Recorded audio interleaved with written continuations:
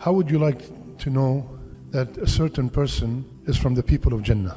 Now, like if I tell you, this guy is from the people of Jannah, can we say that? As our aqidah, as people of Ahl Sunnah wal Jama'ah, we cannot confirm to anyone that he is 100% from the people of Jannah or he is 100% from the people of the hellfire. But Rasulullah sallallahu alayhi wasallam, he gave us a sign.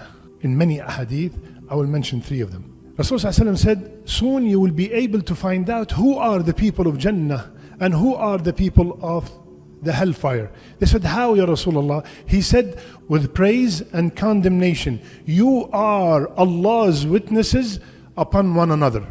That's the first hadith. Second hadith, a janazah passed by and the Sahaba praised the deceased. So Rasulullah said, it became certain, it became certain, it became certain. Then another janazah passed by and the Sahaba condemned the guy. They said bad things about the deceased. Rasulullah said, wajabat, wajabat, wajabat. He said the same exact thing. Said, Ya Rasulullah, the first one we praised, you say wajabat. And the second one we condemned and you said wajabat. He said, the first one that you praised, wajabat lahul Jannah. The one that you praised in the beginning, Jannah became a must, became due to him. And the one you condemned, Jahannam, hellfire, became due to him or to her. Third hadith, final hadith. The people of Jannah are the ones whom Allah fill their ears with the praise of people while they are listening. And the people of the hellfire are the people whom Allah fill their ears with condemnation, people's condemnation, and they are listening. Now, if you look at all the 3 ahadith, what is that sign that indicate that a person who's walking among us, living among us, is from the people of Jannah or from the people of the hellfire? It is the reputation among the community. What do people say about you? And don't get that confused by doing things to please people. No. The amal will be multiplied by 0. Naturally, by nature, you love to help. By nature, you always visit the sick. By nature, you look where there's a janazah. By nature, whoever is tight in his finances, you go and support him. By nature, you love to do these a'mal because Allah ordered you, number one. They bring you close to Allah. And this becomes, look at the last hadith.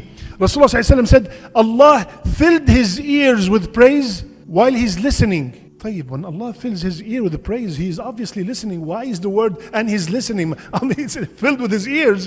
He's obviously listening. This is for exaggeration of how good is that person, that his reputation became so good that wherever he goes, people talk about him. This man, wallahi, ya Allah, I remember when I needed this, he was there for me. When I moved, he came to help me. When I was in the hospital, he visited me. When I was going through hardship, he was the first one who came and put money in the bank for me. He's always there for me. Or the other kind, and subhanallah, we can name so many from our hukam, who's always, you hear this guy cursed him, this guy cursed him. Everywhere you go, they are cursing that president, they're cursing that king, they're cursing that ruler because of what they have done to their people. Their ears themselves is filled with the condemnation of the people, and they're hearing it on a daily basis. Subhan Rasulullah ﷺ, the hadith is blunt, straightforward. The people of the hellfire, whom their reputation in the community, in the country, in the state, in the village is evil.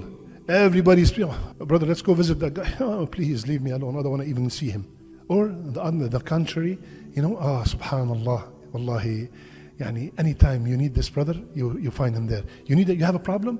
Go to this brother. He'll always help you. Subhanallah. So ya akhwan, this is an opportunity. This is a great opportunity from Rasulullah ﷺ to know, am I from the people of Jannah or am I from the people of the hellfire? Of course, there's nothing called guaranteed because all the amal are by the way they end, right?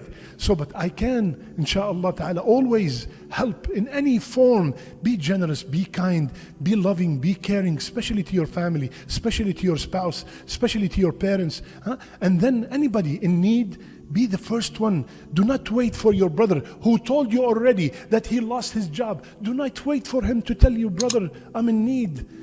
Somebody lost his job and he's been out of work for 3-4 months. What do you expect? You by yourself. By yourself. This is the true brother. Wallahi, a brother came to me the other day and he said, Ustadh, remember a few years ago when this and this happened. Of course I remember. He said, brother so-and-so, wallahi, came to me, and without me noticing, he put in my pocket $5,000 and he left. I said, since that day, he said, wallahi, even though I gave it back to him, but I will never forget what he has done to me. Never. Subhanallah. So these are the brothers that, you're always mentioning them with good. Anytime that you need help, who's the first person who comes to your mind? That's the brother we're talking about. Are you that brother? When people are going through hardship or they need any kind of help, are you the person that comes to mind, or are you the last person that comes to mind? Because you're going to give so many excuses. May Allah subhanahu wa ta'ala make us all from the people of Jannah. May Allah subhanahu wa ta'ala keep us away from the hellfire. Assalamu alaikum wa rahmatullah.